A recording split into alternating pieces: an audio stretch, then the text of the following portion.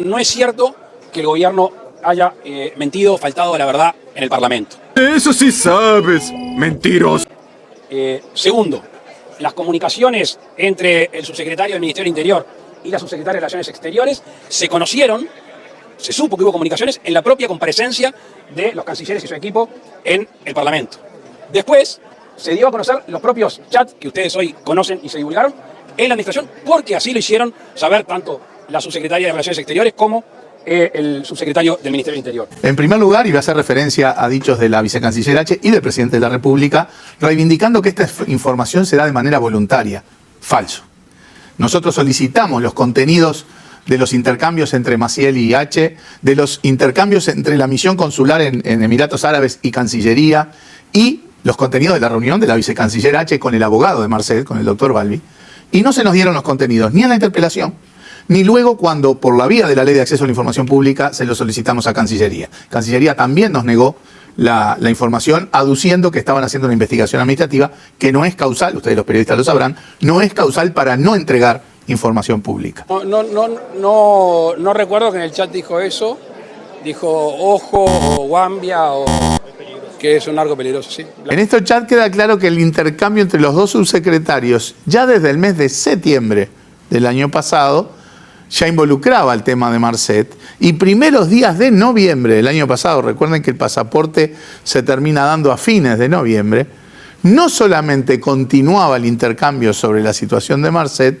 sino que el propio subsecretario del Interior le aclara a la vicecanciller que se trataba de un narco uruguayo peligroso y pesado, y que sería terrible que lo liberaran.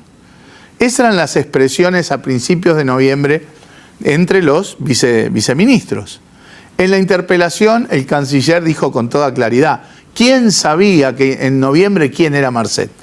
Bueno, claramente su vicecanciller y el viceministro del Interior lo sabían con claridad.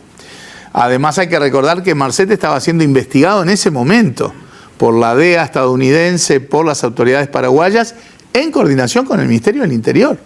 Por suerte, este tema se va a dilucidar en la justicia, que tiene todos los elementos, que se ha aportado una investigación administrativa por parte de Cancillería y tiene los elementos. Con lo cual, a mí me genera la tranquilidad de que no hubo ocultamiento, que se dijo la verdad y que están todos los elementos, entre otras cosas, porque los aportó las propias personas sobre las cuales ustedes me preguntan. ¿Por qué ahora aparece esta información? Porque fuimos a un juez. Fuimos al juez, tuvimos que ir al juez, por segunda vez, porque ya pasó con el acuerdo de Catón Nasí, para que el juez obligara al Poder Ejecutivo, en este caso a la Cancillería, a que nos diera esta información. Así que de transparencia y voluntariedad en brindar esta información, para nada. No es sano para el sistema que los políticos mientan. Y acá ocurre que, con este caso en particular de Marcet, y yo creo que hay que decirlo claramente, la oposición lo ha dicho, pero viéndolo de afuera, la verdad, a mí no me queda otra más que coincidir en que acá se mintió. Se mintió por parte de H cuando se fue al Parlamento. Se dijo por parte de H de que Maciel no le había dado información porque era reservado. Mentira. H le había dado explicaciones al detalle, porque a ver, si a ti te dicen que es un narco peligroso y es terrible que se vaya, bueno, yo no entiendo qué más información precisás. O sea, ahí hubo una mentira. Mintió Bustillo. Mintió el ministro del Interior, Heber. Y además de todo, también falta, la verdad, el presidente de la República cuando sale en defensa y dice: el gobierno no mintió. Pero, a ver, es que no se puede dar vuelta a la realidad de los hechos. O sea, los hechos son unos. Los hechos son unos. Entonces, después podemos discutir si era o no legal, si estaba bien o no que se lo dieran a Marcet por la norma, digamos, que teníamos. Pero lo que no puede pasar acá es que se mienta. Se sostiene, digamos, una mentira y al fin de cuentas uno dice: no, pero acá no pasó nada. Tiene que haber algún tipo de responsabilidad más de corte político o de una responsabilidad encarada por parte de los ciudadanos de decir: no podemos aceptar que los políticos mientan. Pero acá hubo varias mentiras. Entonces, la verdad, eso a mí me parece indignante. Insisto con las puntualizaciones que dije al principio. No se le mintió al Parlamento. Se le aportó toda la información al Parlamento, se le aportó por voluntad propia las comunicaciones entre la subsecretaria y el subsecretario del Interior, que no tendrían por qué haberlo hecho, pero el gobierno no tiene ningún problema porque actuamos honestamente. Y nuevamente el presidente vuelve a insistir de que, bueno, todo esto no estuvo bien, pero estaban obligados a dar ese pasaporte. Yo creo que por más que se siga repitiendo ese argumento del famoso decreto ahí que habla Heber, por más que se repita 20 veces, no se va a transformar en verdad. No es cierto que no había opción. El presidente de la República dijo que, ajustado a derecho, no le quedaba otra opción, por más que él no quisiera, de entregarle el pasaporte Eso a Marcel, es falso. ¿no? Lo que se hizo puede considerarse ajustado a derecho, pero también hubiera sido ajustado a derecho no otorgarlo. Porque el mismo decreto, tan denostado, ¿sí?, habilitaba en uno de sus artículos a no otorgar el pasaporte. O sea que se otorga el pasaporte por una decisión política. Y es una decisión política a sabiendas de con quién se estaba tratando.